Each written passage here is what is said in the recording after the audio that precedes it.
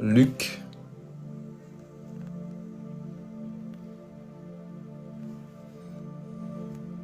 Chapitre 6. Au verset...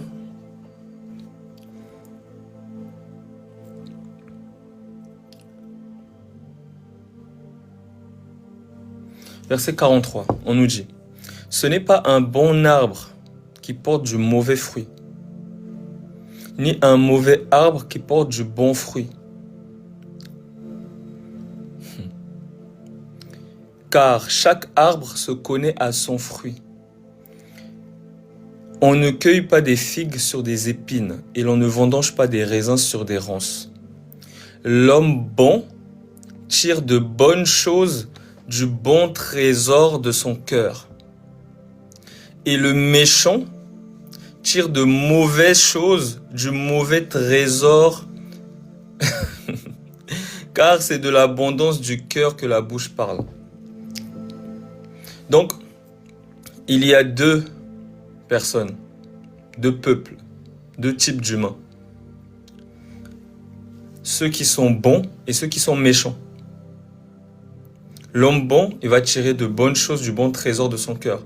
Donc lorsqu'il lit la Bible, le Seigneur lui transmet justement la pensée. Mais quand quelqu'un a un cœur méchant, dur, lorsqu'il lit la parole, il en tire d'autres choses. Voilà pourquoi le Seigneur leur répond, c'est à cause de la dureté de votre cœur que Moïse vous a permis. Parce que ces choses que vous lisez sont allégoriques, mais vous ne les comprenez pas. Ils ne les comprennent pas, parce que leur cœur est dur. Il faut que le cœur se convertisse. Quand le cœur ne se convertit pas et qu'il est dur, tu ne comprends pas bien la parole. Tu ne comprends pas bien. Voilà pourquoi le Seigneur il dit que lorsque la parole est prêchée, il faut une bonne disposition de cœur. Il faut être concentré, attentif et ne pas être dans des soucis. Oh, il faut que je me marie, il faut que j'achète ci, il faut que je... Tu es en train de penser à plein de choses parce que ça peut pas rentrer la parole. Tu peux pas la comprendre. Tu entends, mais tu comprends pas. C'est bien d'entendre, c'est mieux de comprendre. La bonne terre, elle est celle qui entend la parole et qui la comprend. Shalom, ma soeur. La bonne terre, elle entend et elle comprend. C'est pas juste le fait d'entendre. Les gens, ils entendent. Les marabouts, ils ont la Bible. Dans les tribunaux, il y a des Bibles. Dans la FNAC, il y a des Bibles, etc. Les gens, ils distribuent des Bibles dehors, etc. Le cœur. Donc, il dit, je répète, l'homme bon, Luc 6, verset 45, l'homme bon tire de bonnes choses du bon trésor de son cœur, et le méchant tire de mauvaises choses du mauvais trésor, car c'est de l'abondance du cœur que la bouche parle. Donc ça commence là et ça s'exprime. C'est pour ça qu'en écoutant une personne, tu discernes. Si tu es attentif, lorsque tu écoutes une personne parler, tu discernes. Tu discernes les pensées de son cœur. Tu écoutes. Tu vas voir que la personne va aller toute seule dans les pensées de son cœur pendant qu'elle parle. Elle va aller toute seule. Il va aller tout seul. Dans les choses qui l'énervent, dans les gens qui... Il va aller tout seul, tout doucement. Parce que c'est le cœur. Donc, Matthieu 19, le Seigneur dit, au verset 7, les Juifs lui disent, enfin les pharisiens vont lui dire, pourquoi donc Moïse a-t-il prescrit de donner à la femme une lettre de divorce et de la répudier? Il leur répondit, c'est à cause de la dureté de votre cœur que Moïse vous a permis de répudier vos femmes. Au commencement, il n'en était pas ainsi. C'est pas Moïse qui est dur de cœur, c'est à cause de la dureté de votre cœur qu'on vous a permis. C'est-à-dire que c'est votre cœur qui a compris ça. Votre cœur a compris ça. Mais c'était pas ça le message. Voilà pourquoi l'apôtre Paul dit dans Romains chapitre 7, Je prends directement verset 14. Nous savons en effet que la loi est spirituelle. Mais moi, je suis charnel, vendu au péché. Donc ça, c'est la condition avant Romains 8, verset 1. Il n'y a plus de condamnation pour ceux qui sont en Jésus-Christ. Donc on n'est plus vendu au péché. On est racheté. Mais il parle de la condition dans laquelle on est avant qu'on puisse rencontrer le Seigneur. Donc la loi est spirituelle. Moi, je suis charnel, vendu au péché. Donc les apôtres disent que c'est spirituellement qu'on en juge. Je prends ce verset.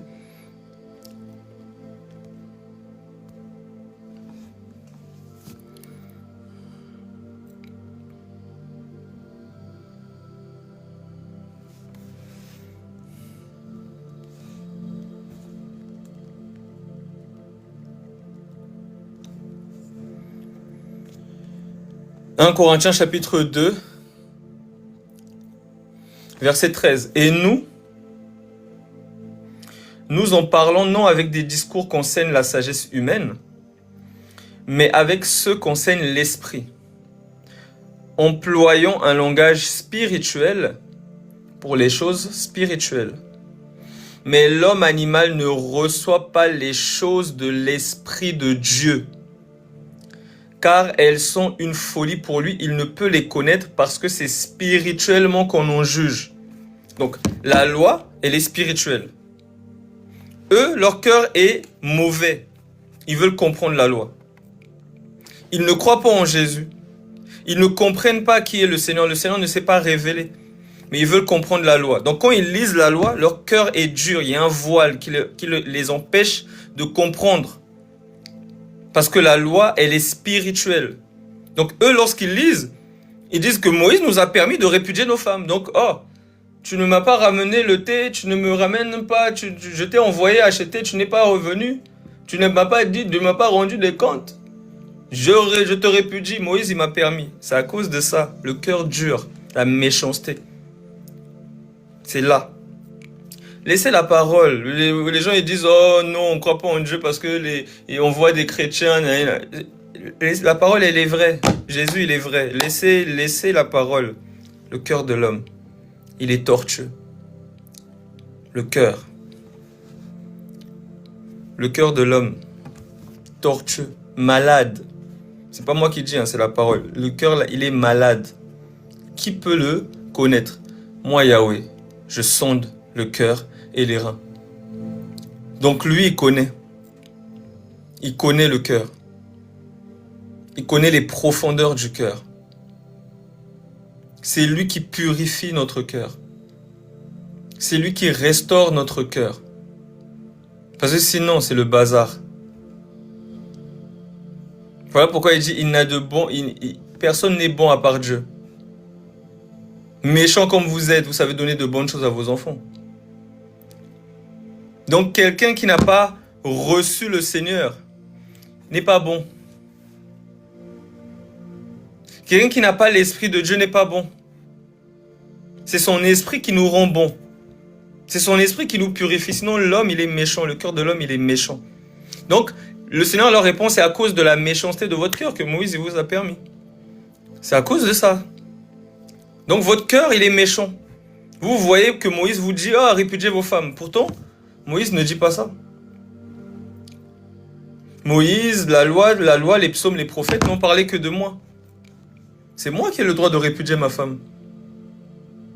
Je prends une écriture, Jérémie, chapitre 5.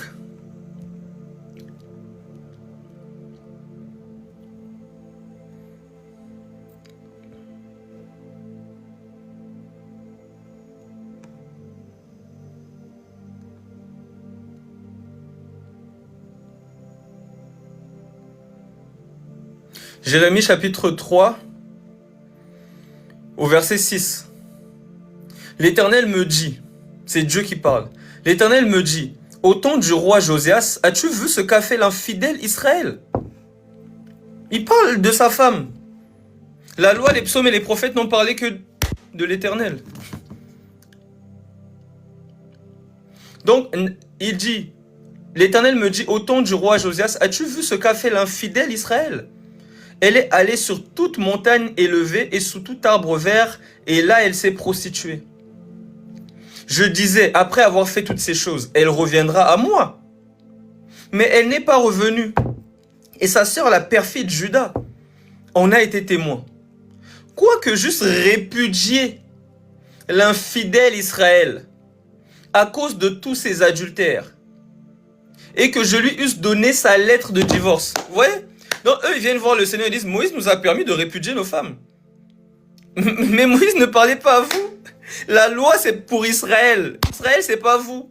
Israël, c'est Dieu. On a changé le nom de Jacob en Israël. La loi, là, c'est donné à Jésus. C'est Jésus qui met en pratique la loi. C'est lui qui accomplit la loi. Vous ne pouvez rien faire. Vous ne comprenez pas la loi. Laissez-les. Qu'est-ce qu'il y a, Clem de Dieu? Où tu arrives, tu te chamailles. Qu'est-ce qu'il y a? Qu'est-ce qui se passe là dans les commentaires? Hein? Qu'est-ce que vous avez là? Vous me fatiguez. Donc moi, je suis en train d'enseigner, vous vous chamaillez. Écoutez l'enseignement. Concentrez-vous. C'est pas possible. Je vous ai dit, il faut être concentré. Attendez, je vais vous lire une écriture, je reviens. Je vais vous lire 2 écritures. Pour vous montrer, il faut vraiment être concentré. Acte 16. Verset 13. Le jour du sabbat, nous nous rendîmes hors de la porte vers une rivière, où nous pensions que se trouvait un lieu de prière. Nous nous assîmes et nous parlâmes aux femmes qui étaient réunies. L'une d'elles, nommée Lydie, marchande de pourpre de la ville de Thyatire, était une femme craignant Dieu, et elle écoutait. Elle écoutait. Et à ce moment-là, le Seigneur lui ouvrit le cœur pour qu'elle fût attentive à ce que disait Paul. Donc pendant qu'elle écoute, le Seigneur lui ouvre le cœur. Donc qu'est-ce que Satan va faire? Il va tout faire pour vous distraire. Satan va tout faire pour vous distraire. C'est même pour ça même que les femmes n'enseignent pas. Parce que vous êtes trop dans l'émotion. Dès qu'on va vous dire un truc, calmez-vous, asseyez-vous, écoutez, concentrez-vous. Laissez les gens dire ce qu'ils ont à dire. Moi-même, je ne les calcule pas, c'est vous qui les calculez. Je prends une autre écriture. Acte 13. Au verset 6. Écoutez encore. Ayant ensuite traversé toute l'île jusqu'à Paphos, ils trouvèrent un certain magicien, faux prophète juif nommé Bar-Jésus, qui était avec le proconsul Sergius Paulos, homme intelligent. Ce dernier fit appeler Barnabas et Saül, et manifesta le désir d'entendre la parole de Dieu. Il veut entendre la parole de Dieu. Il appelle Saül et Barnabas, Paul et Barnabas. Mais Élimas le magicien, car c'est ce que signifie son nom, leur faisait opposition, cherchant à détourner de la foi le proconsul. Comment on détourne quelqu'un de la foi? Parce que la foi vient de ce qu'on entend. Donc pour détourner quelqu'un de la foi, il faut le distraire. L'écoute pas, oh, lui c'est un fou, ne l'écoutez pas, il raconte n'importe quoi. C'est pour distraire. Ne soyez pas charnels. Ne les gérez pas. Concentrez-vous. Parce que ces paroles sont esprit et vie. Ne vous dites pas, je connais déjà, je gère. Concentrez-vous. Il essayait d'éloigner le proconsul de la foi. Donc, ne les gérez pas. Concentrez-vous. Je repars dans Jérémie. Jérémie chapitre 3. J'étais au verset 8. Quoique j'eusse répudié l'infidèle Israël à cause de tous ses adultères, et que je lui eusse donné sa lettre de divorce, j'ai vu que la perfide Judas, sa sœur, n'a point eu de crainte, et qu'elle est allée se prostituer pareillement. Donc, qu'est-ce que le Seigneur fait? Il donne la lettre de divorce. Parce que la loi, les psaumes, les prophètes n'ont parlé que de lui. Donc quand le Seigneur dit, écoute Israël, fais ceci, fais cela, fais ceci, fais cela. Israël, là, c'est Jésus. Concentrez-vous. Israël, c'est Jésus. Regardez ce que l'apôtre Paul dit. Galates, chapitre 4, il me semble.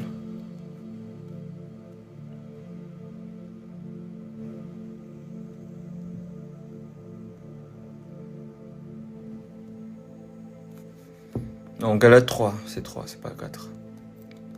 On nous dit,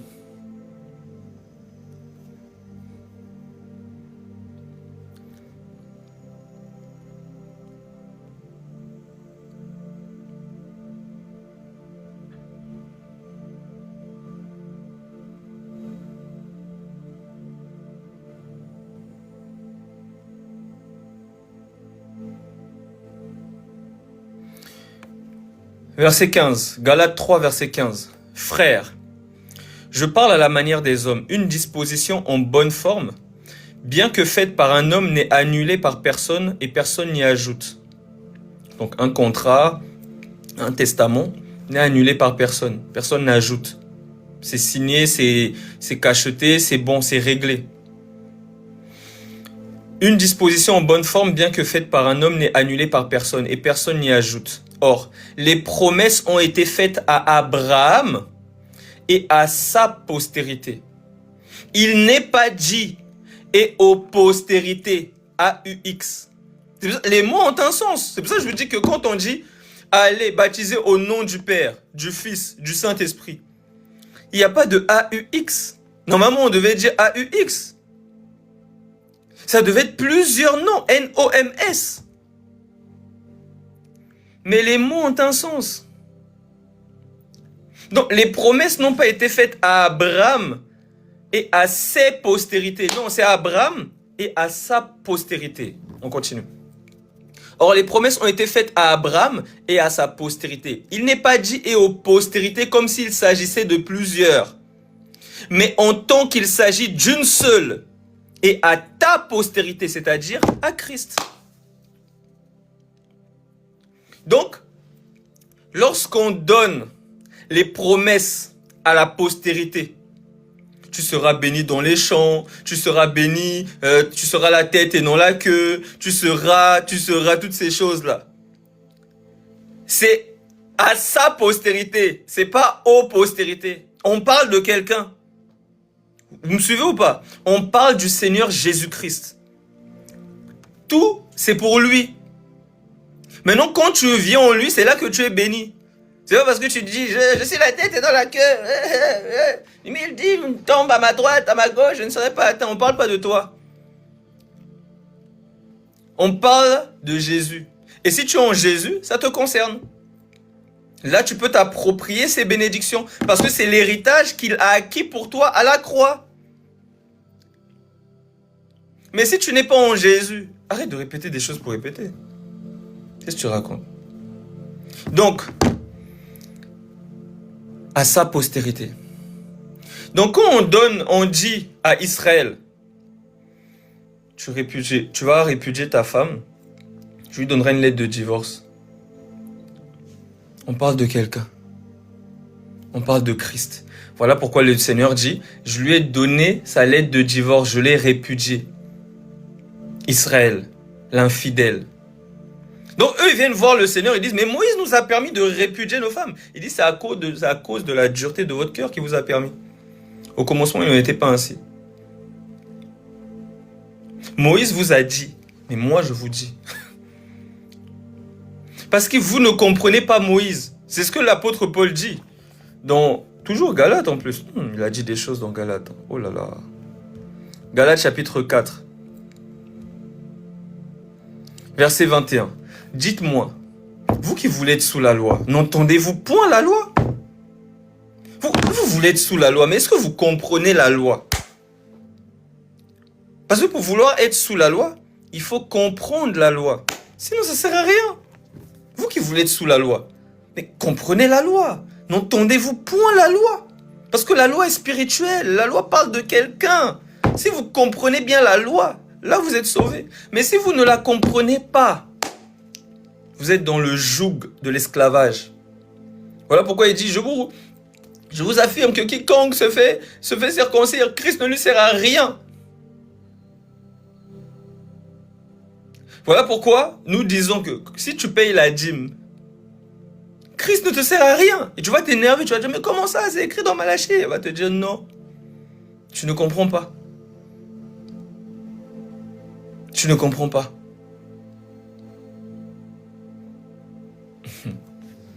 Donc, je répète, Galates chapitre 4, verset 21. Dites-moi, vous qui voulez être sous la loi, n'entendez-vous point la loi? Car il est écrit qu'Abraham eut 2 fils. Un de la femme esclave et un de la femme libre. Mais celui de l'esclave naquit selon la chair et celui de la... Attendez, je relis. Dites-moi, vous qui voulez être sous la loi, Galates 4, 21. N'entendez-vous point la loi? Car il est écrit qu'Abraham eut 2 fils. Un de la femme esclave et un de la femme libre. Mais celui de l'esclave naquit selon la chair. Et celui de la femme libre naquit en vertu de la promesse. Ces choses sont allégoriques. Car ces femmes sont 2 alliances. Donc les femmes là, Abraham, on nous dit, il est écrit qu'Abraham avait 2 fils. Un de la femme esclave, Agar, et un de la femme libre, Sarah. Mais celui de l'esclave, donc Ismaël, naquit selon la chair. Parce que c'était pas, il ne faisait pas partie de la promesse. Donc c'est la chair. Le premier enfant est venu selon la chair. Voilà pourquoi le premier Adam était un homme charnel, mais le dernier Adam est un esprit vivifiant. Il est spirituel. Donc le premier, selon la chair, Ismaël. Le deuxième, selon l'esprit. Mais celui de l'esclave naquit selon la chair, mais celui de la femme libre naquit en vertu de la promesse. Isaac. Ces choses sont allégoriques, comme des métaphores. Vous qui aimez aller lire Apocalypse, là. Oh, je vis une porte. Oh, je vis ceci. Oh, une étoile est tombée sur la mer. Oh, vous commencez à imaginer des étoiles. Ça part dans les imaginations. Une étoile qui tombe dans la mer, les poissons meurent. Vous êtes là dans vos films. Ces choses sont allégoriques. Ces choses sont allégoriques. C'est spirituellement qu'on en juge.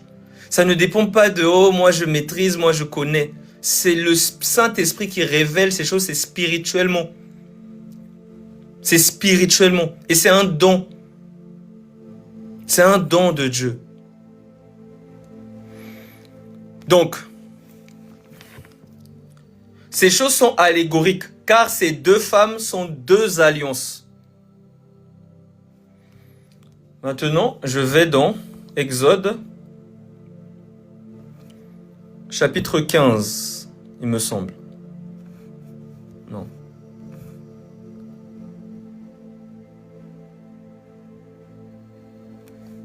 Ah oui. Je prends d'abord Lévitique 25, verset 25 par exemple.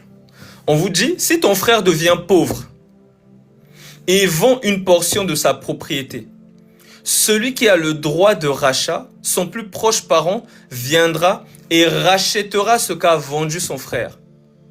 Donc, les gens, ils vont prendre ça d'une manière doctrinale. Ils vont dire, oh bon, tu es devenu pauvre, bon, il faut que mon frère, tout ça. Ça, c'est les choses des hommes. Montons. Ces choses sont allégoriques. Ces choses sont allégoriques. On nous dit que Jésus-Christ, c'est notre grand frère, c'est notre yaya. Donc Adam, c'est celui qui est devenu pauvre. Si ton frère devient pauvre, Adam a été dépouillé. On lui a volé ses bénédictions par le diable. Il avait la domination. Il avait la domination. Et on lui a volé ça. Voilà pourquoi lorsque le Seigneur va venir sur la terre, Satan va lui dire, prosterne-toi et je te donnerai tous les royaumes de ce monde, car elles m'ont été donnés. Il ment. On lui a pas donné ça, il a substitué ça par la ruse. Il a fait en sorte qu'ils tombent dans le péché pour récupérer leur grâce.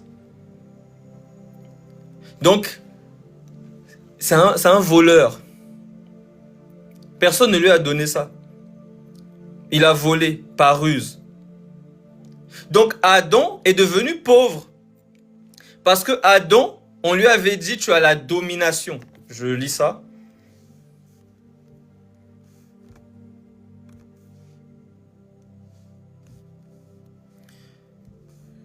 Genèse chapitre 1, verset 18. Dieu les bénit, verset 28, Dieu les bénit et Dieu leur dit, soyez féconds, multipliez, remplissez la terre et l'assujettissez, et dominez sur les poissons de la mer, sur les oiseaux du ciel et sur tout animal qui se meut sur la terre. Dominez, dominez, dominez. Donc ils avaient la domination. C'est eux qui dominaient sur la terre. Voilà pourquoi on leur a volé cette autorité. Et quand on leur a volé ça, leur grand frère, parce qu'il est écrit là-bas, je repars dans Lévitique 25, au verset 25, si ton frère devient pauvre, Adam, et vend une portion de sa propriété, il est devenu pauvre, on lui a volé ses biens. Prosterne-toi, je te donnerai tous les royaumes de ce siècle parce qu'elles m'ont été donnés. On lui a volé ça. Maintenant, celui qui a le droit de rachat, qui a le droit de rachat? C'est Dieu.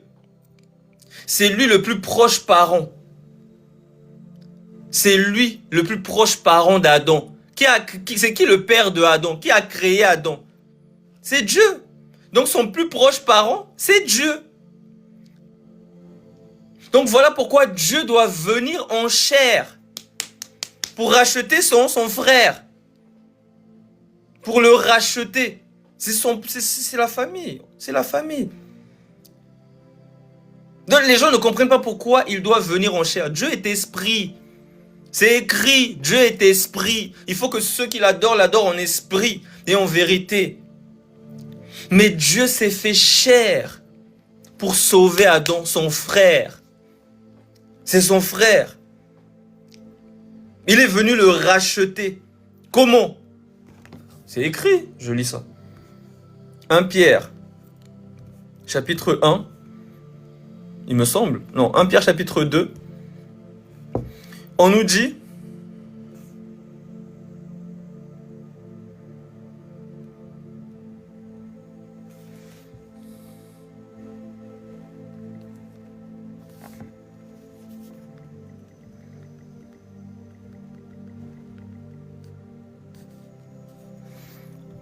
Un Pierre 1.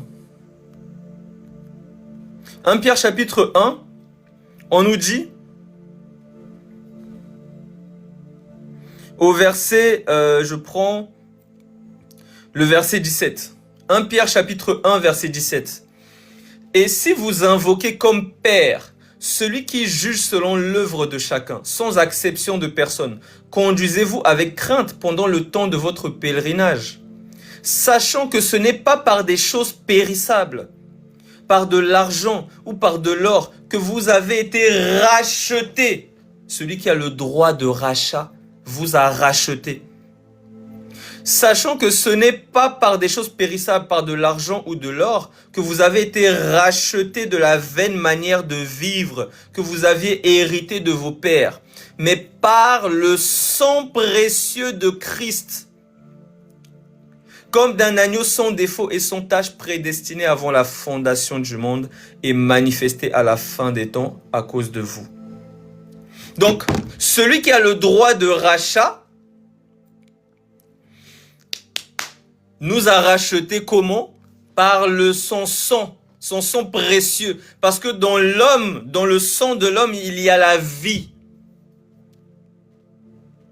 Dans le sang, il y a la vie. Sauf que l'homme pécheur, son sang n'a pas la vie. Quand je parle de la vie, vous pensez à quelqu'un qui marche, qui mange. Non. Je parle de la vie éternelle. L'homme a perdu l'éternité. Donc, son plus proche parent vient le racheter, lui donner la vie éternelle et lui rendre la domination. Voilà pourquoi il dit dominer.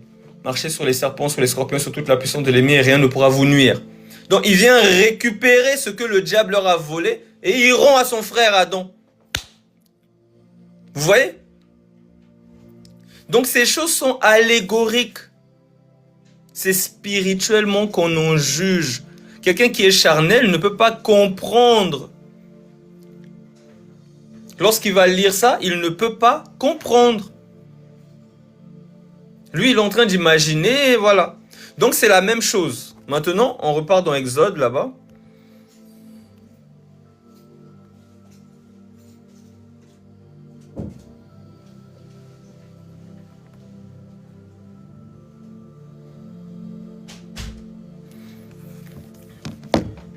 Exode 21, verset 1. Voici les lois que tu leur présenteras. Si tu achètes un esclave hébreu, il servira 6 années, mais la 7e année, il sortira libre sans rien payer. Alors je vous fais la chose maintenant avec ce passage. Mais Seigneur, Moïse nous a permis d'acheter un esclave. C'est à cause de la dureté de votre cœur que Moïse vous a permis d'acheter des esclaves. Vous voyez ou pas? Vous voyez la chose? Vous voyez? C'est la même chose. Pour la répudiation, c'était la même chose. Ils n'ont pas compris que c'est l'Éternel qui répudie l'infidèle Israël. Il lui donne une lettre de divorce. C'est pas eux. La loi ne parle pas d'eux. La loi parle du Seigneur Jésus-Christ. Ça parle de lui. Ça parle de Dieu.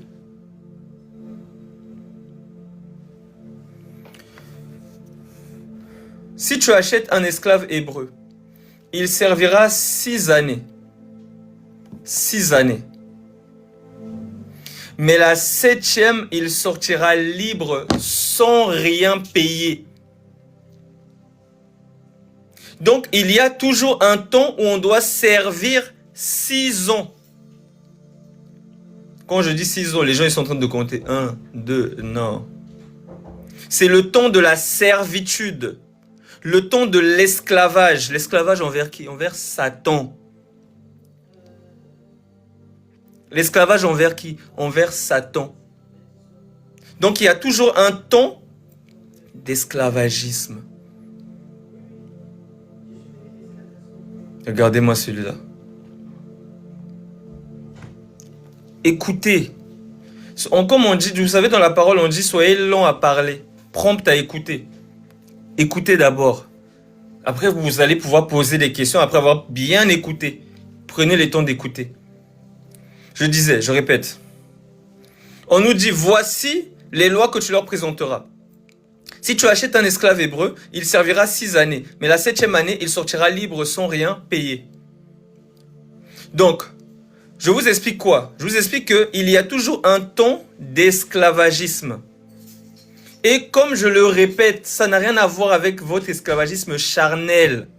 Ça n'a rien à voir avec ça.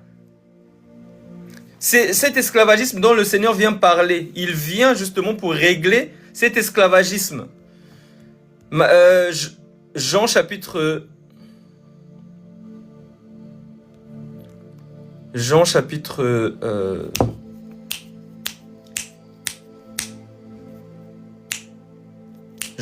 8.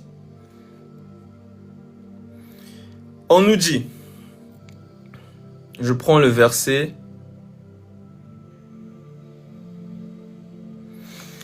le verset 31. Je prends le verset 30. Comme Jésus parlait ainsi, plusieurs crurent en lui. Et il dit aux Juifs qui avaient cru en lui, si vous demeurez dans ma parole, vous êtes vraiment mes disciples. Vous connaîtrez la vérité et la vérité vous affranchira. Calme-toi, Mohamed, je suis en train de parler. On coupe pas les gens, ils sont en train de parler. Quand vous faites vos récitations coraniques ou je ne sais pas quoi, vous coupez pas l'imam. Donc respectez aussi chez nous. Je suis en train de parler, tu attends quand j'aurai fini, je vais dire s'il y a des questions, envoyez, vous allez dire, tu envoies ta question, tu vas monter. Je répète, si vous demeurez dans ma parole, vous êtes vraiment mes disciples. Vous connaîtrez la vérité et la vérité vous affranchira. Ils lui répondirent, nous sommes la postérité d'Abraham et nous ne fûmes jamais esclaves de personne. Comment dis-tu vous deviendrez libres? Donc eux, ils pensent à l'esclavagisme charnel. Ils pensent à un esclavagisme charnel. Alors que l'homme est esclave. Quand tu es esclave, quand tu n'as pas le Seigneur, tu es esclave. Esclave de Satan, esclave des démons qui lient ta vie, qui vont programmer. Il y en a par exemple dans leur famille, le diable programme à 30 ans, vous devez tous mourir de crise cardiaque. À chaque 30 ans, ils voient seulement les gens mourir dans leur famille. Ils ne peuvent rien faire. Ils prient, ils font ce qu'ils veulent. Ça ne change rien. Ça va arriver. Parce qu'ils sont esclaves. D'autres sont esclaves dans leurs pensées. Dès que vient une pensée, va voler. Kleptomane, je dois voler, je dois voler.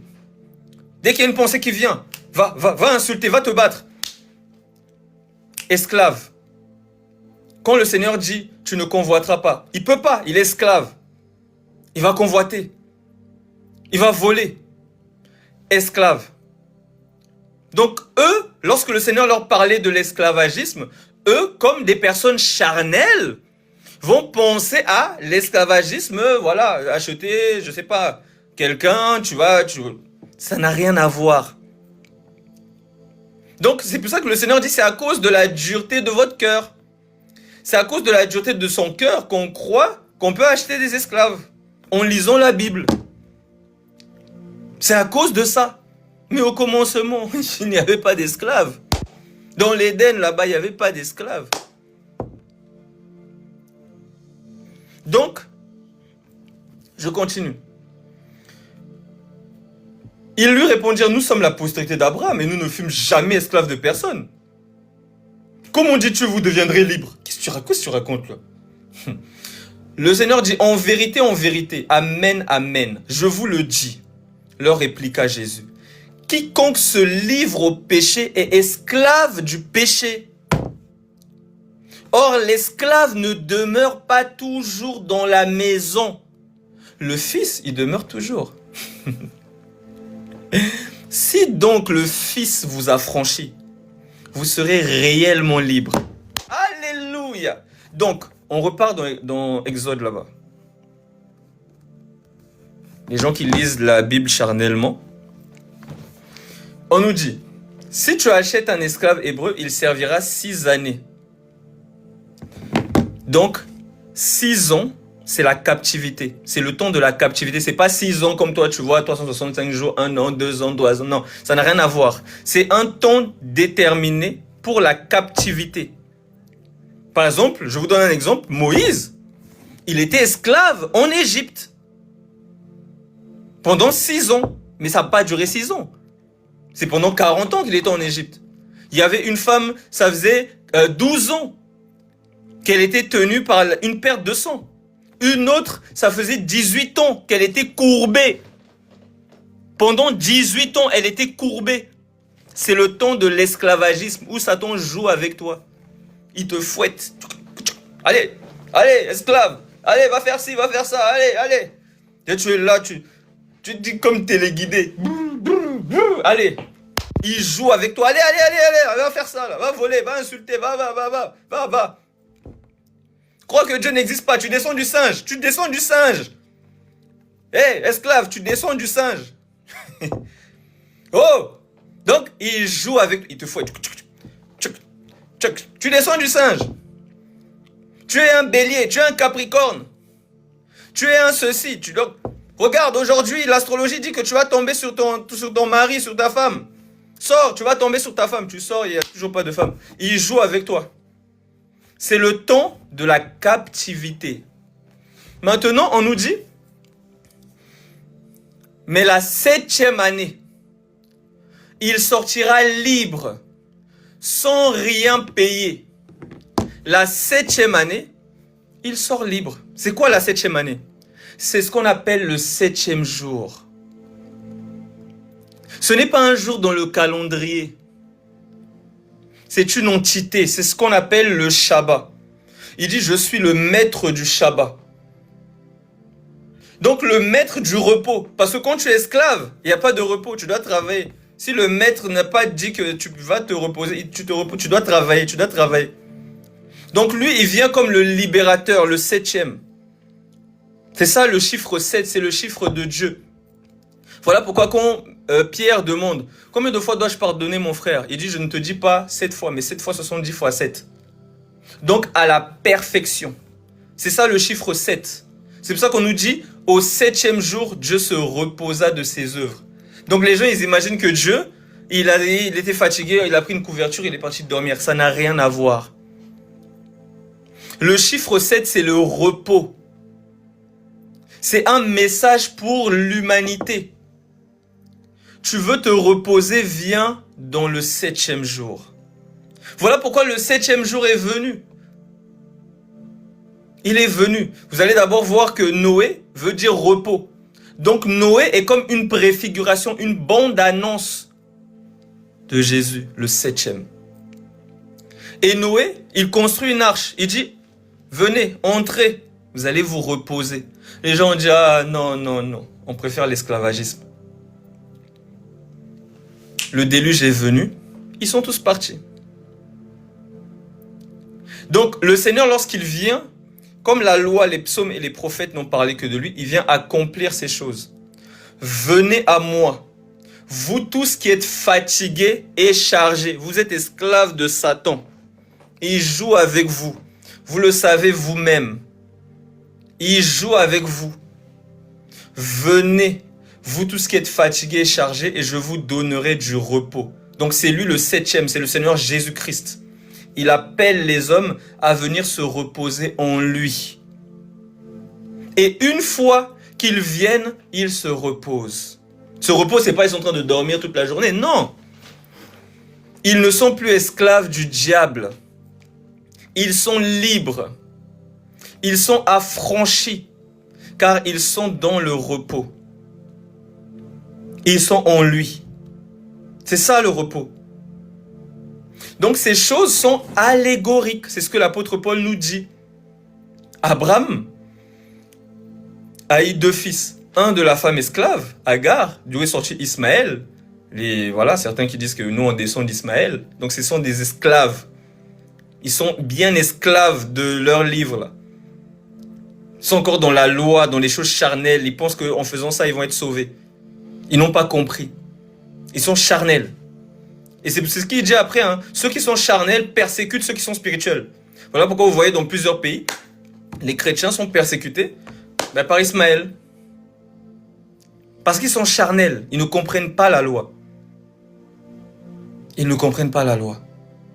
Donc il dit, vous qui voulez être sous la loi, l'apôtre Paul, il dit, vous qui voulez être sous la loi, ne comprenez-vous point la loi? Abraham eut 2 fils. Un de la femme esclave, Agar, un de la femme libre, Sarah. Ces 2 femmes sont 2 alliances. Ces choses sont allégoriques. Ces 2 femmes sont 2 alliances. La première alliance, qui était charnelle, qui avait des ordonnances charnelles. Et la deuxième alliance, qui est spirituelle, la liberté. La première alliance qui amène un joug. Car la loi produit la colère. C'est par la loi que vient la connaissance précise du péché. C'est par la loi qu'on devient hypocrite. Voilà pourquoi tu vas voir des gens, peut-être djellaba, tout ça, on dirait tout va bien, ils sont parfaits, mais eux-mêmes ils savent. Comme j'avais raconté le témoignage quand j'étais en prison. Donc, c'est toujours comme ça. C'est pas grave, Abdul Maliki. C'est pas grave. Ça n'engage que toi. T'inquiète pas, tu vas pas changer la foi de quelqu'un parce que tu as dit cette phrase. Ça va rien changer à notre vie. On sait en qui on a cru. Donc, c'est ça. Ces choses sont allégoriques. Ces 2 femmes sont 2 alliances. Donc quand vous lisez ça, Ces choses sont allégoriques. Ces choses sont allégoriques. Donc quand on dit si tu achètes un esclave hébreu, il te servira 6 années, mais la 7e année, il sortira libre, sans rien payer. Ces choses sont allégoriques. Donc quelqu'un qui ne comprend pas ces choses, il va se dire, ah, non, je dois aller acheter un esclave, il va me servir 6 ans. Oh, la 7e, au moins il est libre. Et ceux qui voulaient justement être sous la loi, déjà eux-mêmes ne respectaient même pas cette loi. Parce qu'une fois qu'on arrive à la 7e année, ils ne voulaient pas libérer les gens. Ils ne voulaient pas que les gens partent libres. Ils ne voulaient pas que les gens partent libres. Vous voyez le problème? Donc ceux qui veulent être sous la loi deviennent des hypocrites. Ils deviennent hypocrites. Ils vont vous faire croire que, voilà, nous, on observe la loi, tout ça, on est carré. Mais ce sont des hypocrites. Car c'est par la loi que vient la connaissance du péché. Quand on dit Dieu dit tu ne voleras pas, tu ne convoiteras pas, tu ne feras pas ceci. C'est là justement que tu comprends que je n'arrive pas. Je ne peux pas. J'ai besoin d'aide. Mais un hypocrite va dire, oui, moi j'ai observé ces choses dès ma jeunesse. Vous voyez, il y a quelqu'un qui vient voir le Seigneur, qui lui dit, qu'est-ce que je dois faire pour avoir la vie éternelle? Il dit, tu connais la loi, mets ces choses en pratique, tu vivras par elle, c'est écrit. Qu'est-ce que dit la loi? Tu ne tueras pas, tu ne voleras pas, tu ne convoiteras pas. Qu'est-ce qu'il dit lui? J'ai observé ces choses dès ma jeunesse. Mais la loi dit que si tu pêches contre un commandement, tu es coupable envers tous. Lui, il dit, j'ai observé ces choses dès ma jeunesse. Donc, depuis que tu es né, tu es parfait. Moi, j'ai observé ces choses dès ma jeunesse. Alors, le Seigneur lui dit quoi? Bah, vends tout ce que tu as, tu donnes aux pauvres. Et suis-moi. Parce que dans la loi, on nous dit quoi? Tu ne feras pas d'autres dieux devant ta face. Tu ne feras pas d'autres dieux devant ma face. Tu n'adoreras pas un autre Dieu que moi. Donc, l'argent, si tu es esclave de l'argent, ça devient ton Dieu. Alors, je vois que tu as beaucoup d'argent, vends tout et suis-moi. Parce que le Seigneur le connaît. Il y a des gens qui ont servi le Seigneur qui étaient riches. Est-ce qu'il leur a dit, vendez tout ce que vous avez donné et suivez-moi? Il n'a pas dit ça. Mais lui, pourquoi il lui fait cet exercice? Parce qu'il sent son cœur, il voit que lui, l'argent c'est son Dieu. Et comme au lieu de s'humilier devant Dieu, devant le Seigneur Jésus-Christ, lui, qu'est-ce qu'il fait? Il dit, moi j'ai observé ces choses dès ma jeunesse. Le Seigneur lui dit, bah, vends tout ce que tu as, tu donnes aux pauvres et suis-moi. Et on nous dit quoi? Il est parti tout triste. L'orgueil des gens font qu'ils partent, ils abandonnent le Seigneur, ils vont tout tristes. C'est l'orgueil qui fait ça.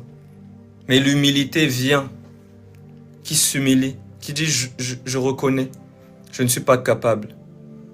J'ai besoin de toi. Qui te guide aussi, Abdul Maliki. Il te guide aussi. Nous, on avance. Et toi, tu veux juste raconter ta vie, je ne sais pas, tu veux de la visibilité. Nous, on avance. Que Dieu te guide, qu'il nous guide. Allez, on avance. Je ne sais pas ce que vous me trouvez, si je suis beau gosse ou quoi, vous me voyez sur un live, vous tapez, vous voulez vous m'attirez mon attention. Je ne vous gère pas, je suis en train de parler. Je suis occupé.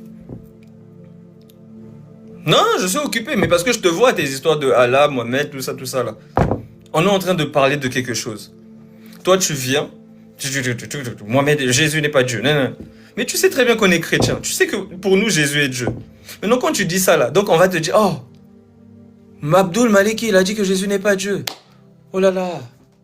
Oh bon, Jésus, j'arrête de prier Jésus, allez. Je vais me prosterner devant un caillou à la Mecque, allez, c'est bon. Arrête. Sois sérieux. Sois sérieux. Si tu veux parler de Allah, fais un live, tu parles de Allah. Les gens qui croient en Allah, ils vont venir, ils vont t'écouter. Tout simplement. Je sais pas, vous cherchez quoi, hein, franchement. On continue. Donc, je prends une autre écriture, toujours dans Exode 21.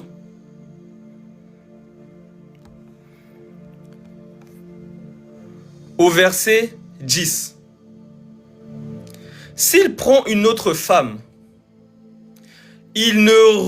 Merci mon frère. S'il prend une autre femme, il ne retranchera rien pour la première à la nourriture, aux vêtements et au droit conjugal.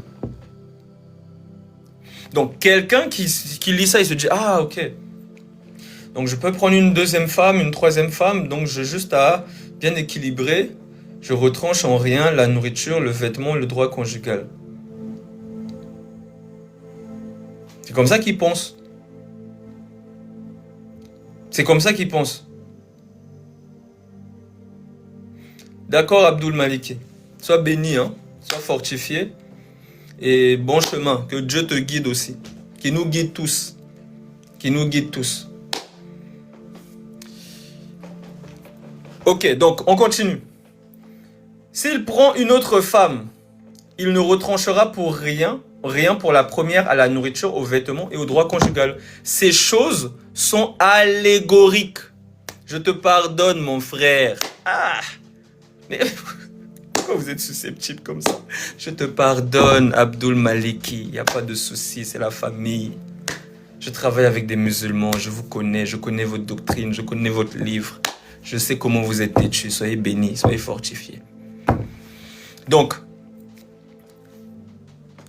s'il prend une autre femme, il ne retranchera en rien à la première, aux vêtements, au droit conjugal et à la nourriture. Donc, ces choses sont allégoriques, comme je vous expliquais, parce qu'il y a des gens qui vont venir voir le Seigneur, qui vont dire, mais Moïse nous a permis de prendre une deuxième femme, sauf qu'on doit juste équilibrer. On doit retrancher en rien. Ça n'a rien à voir. Ça n'a rien à voir. Salam à toi, mon frère. Ça n'a rien à voir. Ces choses sont allégoriques. On nous dit que Christ, ces choses sont allégoriques. Abraham qui a deux femmes, ces femmes sont deux alliances. Deux alliances. Un qui est dans la servitude et une qui est dans la servitude et une qui est dans la liberté. Donc quand vous voyez Jacob qui vient, on lui donne d'abord Léa. Lui vient pour Rachel, on lui donne Léa. Léa représente une alliance. C'est pour ça qu'on nous dit qu'elle avait les yeux délicats. Le discernement charnel. Donc Léa, c'est la première alliance.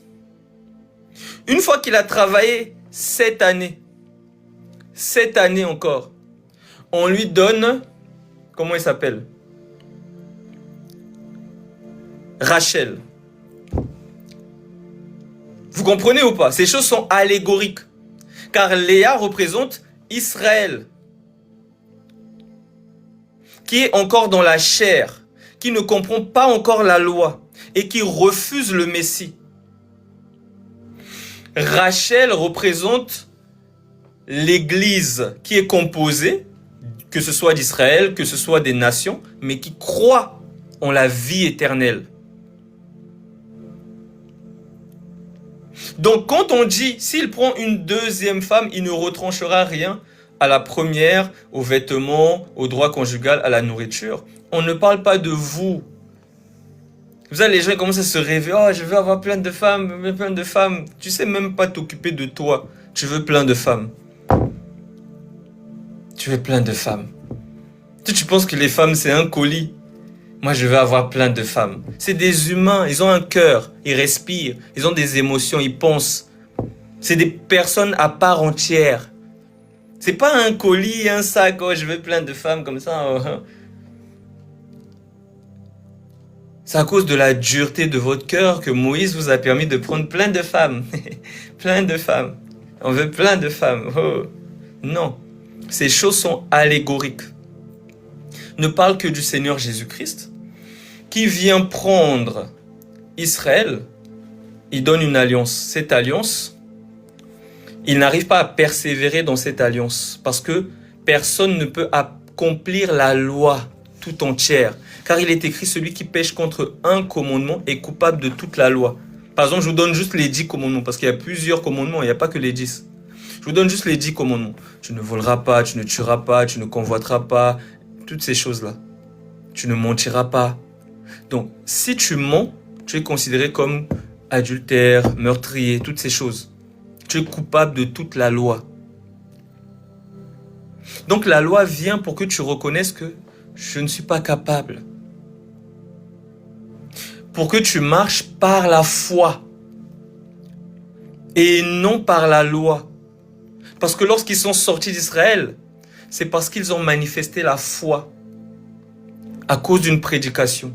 La folie. C'était une folie. Ce qu'on leur a dit, on leur a dit, vous voulez sortir de l'Égypte? On va tuer un agneau. On va prendre le sang de l'agneau. On va mettre sur le linteau des portes. Celui qui rentre dans cette maison où il y a le sang de l'agneau, il est sauvé. Celui qui n'entre pas, il va mourir. Il y a des gens qui ont rigolé, il y a des gens qui ont dit qu'est-ce qu'il nous raconte? Donc le sang là, c'est ça qui va tuer les gens si tu rentres pas. Je rentre pas. Il y a des Égyptiens qui ont dit moi je rentre pas. Il n'y a pas de souci. Eux, ils ont manifesté la foi. Ils ont cru à cette prédication, car cette prédication parlait de la croix. À la croix, il y a un agneau qui a été tué. On a pris son sang. Son sang là. Si tu mets ça sur ta porte, parce que tu as une maison, la maison qui est bâtie sur le roc, si tu mets ça sur ta porte, tu crois au Seigneur Jésus-Christ, tu es couvert de son sang. Tu viens être pardonné de tes péchés dans les eaux du baptême en invoquant le nom au-dessus de tout nom. Je te baptise au nom de Jésus-Christ. Quand je prononce ce nom, c'est chaud. Pour les démons, pour tous tes liens sataniques, de je ne sais qui t'a attaché au village, je ne sais pas quoi. Il n'y a rien qui résiste à la puissance du nom de Jésus-Christ. Absolument rien.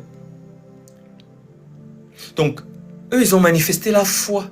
Ils ont cru à cette prédication qui a annoncé la prédication de la croix. Vous voyez? Ils ont cru. C'est par la foi qu'ils sont sortis. Ce n'était pas par la loi. Je répète, c'est par la foi qu'ils sont sortis d'Égypte. Ce n'était pas par la loi. Parce qu'ils ont cru à la prédication de la croix qui est une folie pour ceux qui périssent. Mais elle est une puissance pour nous. Ils ont cru. Et ils ont cru. Et ils sont sortis. Effectivement, ceux qui étaient dans la maison, il y avait le sang. Ils sont demeurés dans la paix. Mais ceux qui n'ont pas mis le sang de l'agneau sur le linteau des portes, ils sont, leurs premiers-nés, tous morts. Donc c'est à cause de ce miracle qu'ils sont sortis de la captivité. Vous voyez? Donc, ces choses sont allégoriques. Jacob, qui a 2 femmes, c'est 2 alliances. Elkana, qui a 2 femmes, Anne et Pénina, c'est 2 alliances. Est-ce que vous me suivez? 2 alliances. Une qui est des ordonnances charnelles que l'homme ne peut pas atteindre, car la loi est bonne, la loi est parfaite, la loi est juste, la loi est sainte. Mais l'homme ne peut pas accomplir la loi. Il faut de l'humilité. Donc il a donné une autre loi, où il dit « J'écrirai ma loi dans votre esprit ». C'est la seconde alliance. Son épouse, l'Église. Donc quelqu'un qui ne comprend pas ça, il commence à dire « Oh, on peut être polygame, on peut être polygame, un peu. » Il ne comprend pas. Il ne comprend pas. Donc quand on dit ici, s'il ne fait pas, vers Exode 21 dit, s'il prend une autre femme, il ne retranchera rien. Pour la première, à la nourriture, aux vêtements et au droit conjugal. Voilà pourquoi, lorsque le Seigneur nous a pris, il n'a rien retranché. Il n'a rien retranché. Nous avons eu part à la même bénédiction. Nous avons part à la même bénédiction. C'est ce que l'apôtre Paul nous révèle dans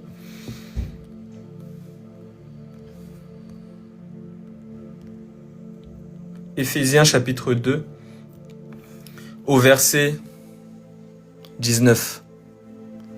Ainsi donc, Attendez, je vais même remonter un peu plus haut, vous allez comprendre.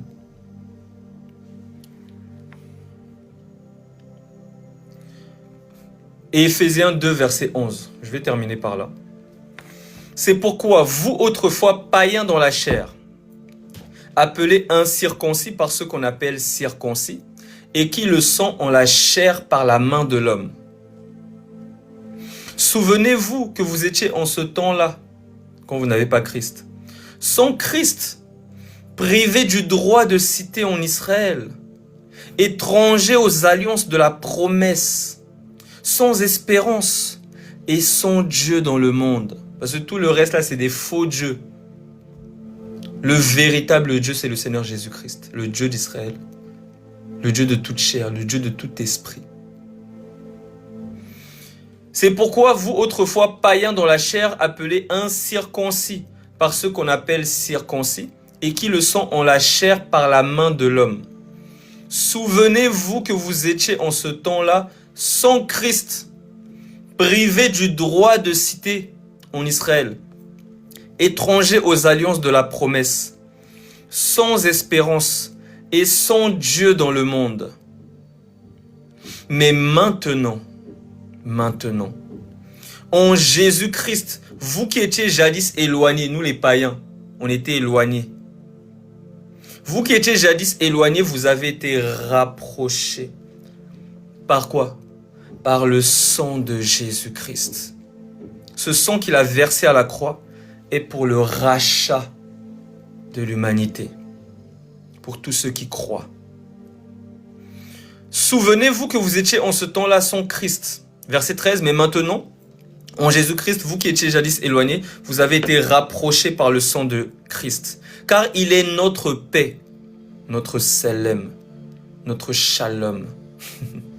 Car il est notre paix, lui qui des deux, les deux alliances là, les deux peuples là, Israël, les nations, lui qui des deux n'en a fait qu'un et qui a renversé le mur de séparation. Des deux là, il en a fait qu'un. Voilà pourquoi à la croix, tu le vois, avec deux brigands. C'est deux alliances qu'il rapproche en lui, pour que ce soit un seul peuple en lui. Il n'y a plus de racisme, de tribalisme, de toi tu es ceci, toi tu es arabe, toi tu es juif, toi tu es congolais, toi tu es chinois, toi tu es... Il n'y a plus de ça. En Jésus, on est tous unis. Dans la foi en lui. Le tribalisme, le racisme, là, les bêtises des hommes, c'est fini. Car il est notre paix, lui qui des deux n'en a fait qu'un et qui a renversé le mur de séparation, l'inimitié. Ayant anéanti par sa chair la loi des ordonnances dans ses prescriptions. Vous qui voulez être sous la loi là, Jésus a anéanti ça par sa chair. Les ordonnances, il a anéanti.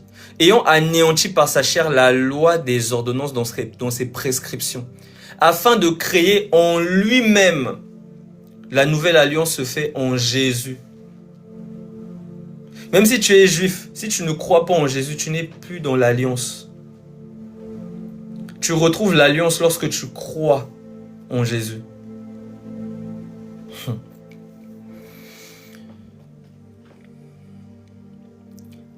Afin de créer en lui-même avec les deux un seul homme nouveau. Voilà pourquoi vous voyez que Corneille, c'est pas un juif. C'est un Italien. De la cohorte là, c'était un soldat, un centenier. Et donc, il vient, il veut écouter la parole, l'évangile. Pierre lui dit, vous savez qu'il ne m'est pas permis d'entrer dans la maison d'un incirconcis. Les païens, là, ceux qui n'ont pas l'alliance avec Dieu. Mais Dieu m'a appris à ne pas considérer comme impur ce que lui, il a déclaré comme pur. Vous voyez? À quel moment Dieu lui a appris ça? C'était lorsqu'il a eu une vision. Il a eu une vision, il va voir une nappe qui descend du ciel. Il y a des animaux impurs. Et Dieu lui dit, tue et mange. Il dit, mais non, moi j'ai jamais mangé des animaux impurs. Le Seigneur dit, ne déclare pas impur ce que moi j'ai déclaré pur. Ça s'est répété 3 fois. Ensuite, la vision s'est retirée. Et pendant qu'il réfléchissait sur la vision, on vient toquer à sa porte. On lui dit, il y a Corneille et sa maison qui veulent entendre la parole. Donc, les animaux impurs représentent les païens. Corneille et sa maison. Donc avant, Israël ne pouvait pas manger des animaux impurs. Pourquoi? Parce que ces choses sont allégoriques. Ça parle des nations, de ne pas être en communion avec les nations, parce que les nations adoraient des faux dieux. Ils pratiquaient l'astrologie, la sorcellerie, ils sacrifiaient leurs enfants au feu. Et il y en a qui continuent à faire ces choses-là, à sacrifier leurs enfants. À sacrifier des enfants, à faire des choses abominables que vous voyez dans les infos. Ils continuent. Avant, ils ne pouvaient pas se mélanger. Maintenant, le Seigneur dit, ils peuvent maintenant recevoir mon alliance. Donc l'alliance, on la reçoit comment? Il faut l'épée. Voilà pourquoi on lui dit, tue et mange. L'épée, c'est la parole. Ces choses sont allégoriques. L'épée, c'est la parole qui vient te transpercer. Tu dis, homme, frère, que ferons-nous? Repentez-vous et que chacun de vous soit baptisé au nom de Jésus-Christ pour le pardon de ses péchés et vous recevrez le don du Saint-Esprit. Donc maintenant, tu peux leur annoncer l'évangile pour qu'ils soient sauvés par la foi. Est-ce que vous suivez? Ces choses sont allégoriques. Donc, on nous dit,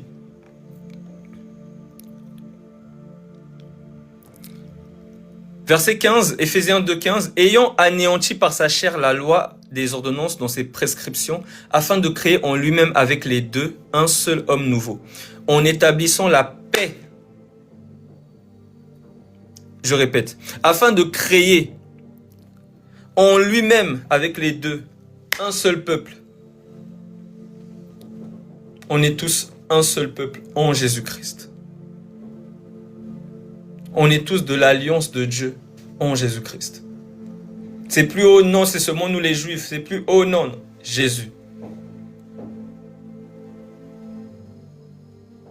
Regardez-moi ça. Jésus. C'est en lui l'alliance. C'est en lui. Car par lui, il est venu, donc je disais, et de les réconcilier l'un et l'autre en un seul corps avec Dieu par la croix, en détruisant par elle l'inimitié. À la croix, il nous a rapprochés, il nous a rachetés. Le rachat de l'humanité s'est fait à la croix, où il a été percé, il a été transpercé, il a souffert, il a aspiré les souffrances de l'humanité. Les péchés présents, passés, futurs, il a tout mis sur son compte. Afin que ceux qui croient en lui sont pardonnés. Car tu ne peux pas être sauvé si tu es un pécheur. Le seul moyen d'être sauvé, c'est d'être justifié. Mais tout homme est coupable devant Dieu. Donc on est justifié par la foi. Être justifié, c'est comme quelqu'un qui va en prison, il fait sa peine. Une fois qu'il sort de prison, ça veut dire qu'il est justifié. Il n'est plus en prison, il peut sortir, il est justifié, il est libre. Donc à la croix, il est venu mourir. Il est mort avec nous, pour ceux qui ont cru. Et il est ressuscité pour nous donner une vie nouvelle. Voilà pourquoi les fausses religions combattent l'œuvre de la croix. Voilà pourquoi les fausses religions sont fâchées contre la croix.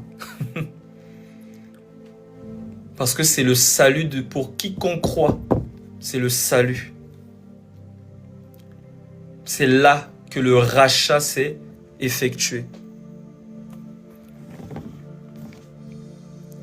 Il est venu annoncer la paix à vous qui étiez loin et la paix à ceux qui étaient près.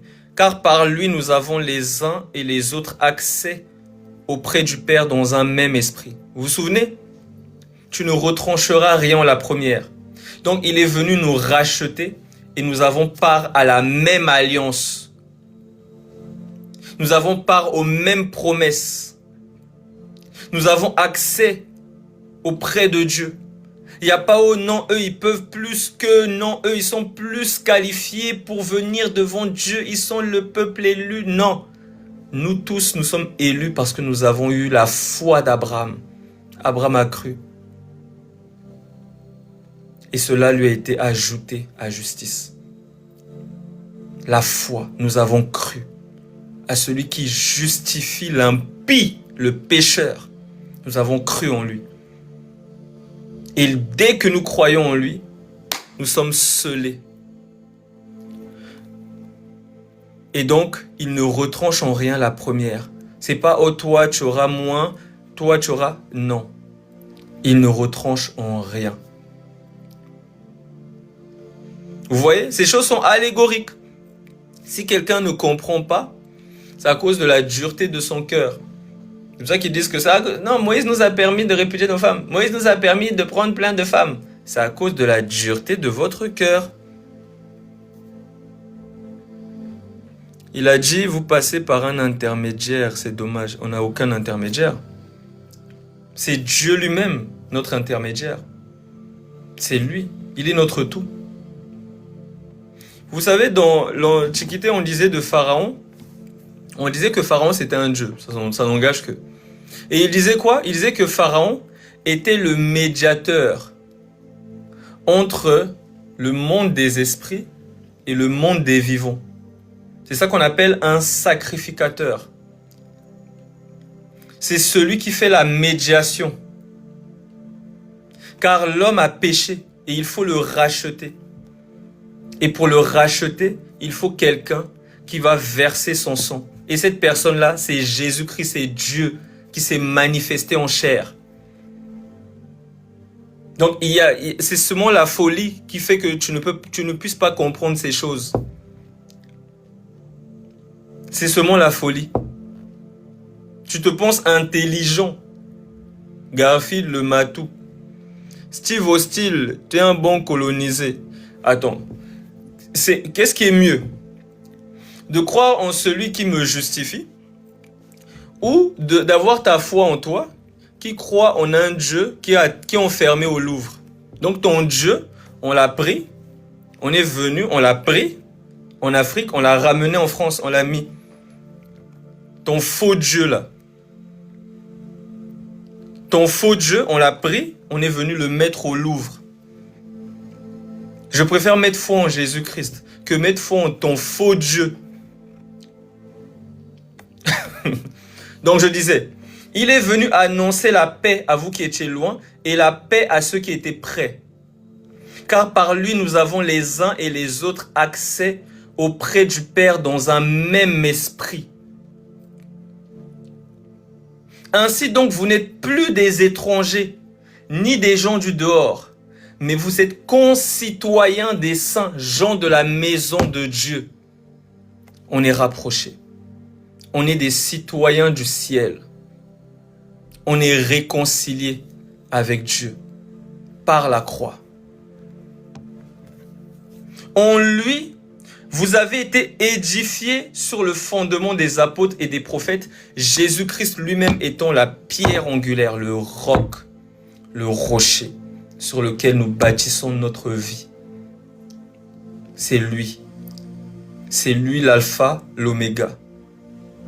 C'est lui, notre base, notre force. Amen. Maintenant, je vais donner la parole à ceux qui veulent monter. Comme je vois que beaucoup s'agitent dans les commentaires, on va maintenant vous prendre, comme vous aimez beaucoup parler dans les commentaires.